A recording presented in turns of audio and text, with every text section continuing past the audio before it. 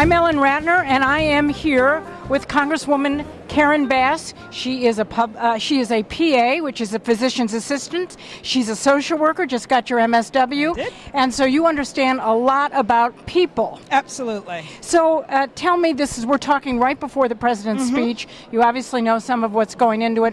What needs to happen?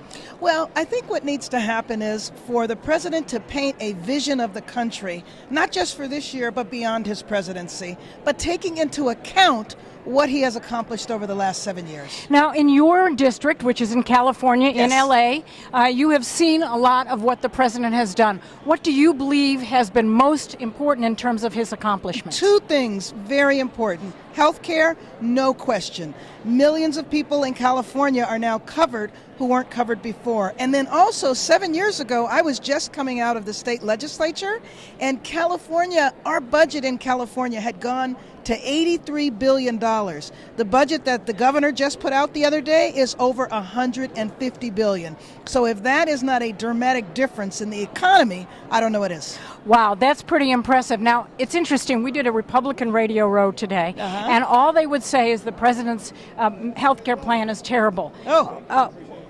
You know more about health care than almost anybody in this Congress, Republican, Democrat, or anything in between. I can tell you very clearly that in California, because our legislature, our elected officials have been very supportive of Obamacare, it really has worked very well. And let me just give you two examples. The fact that people are covered, but also if you take into consideration things like pre-existing conditions, so the fact that people can have health care, whereas before they were excluded from the health care, insurance because they had a pre-existing condition. I know. I lost my right eye after Hurricane Katrina.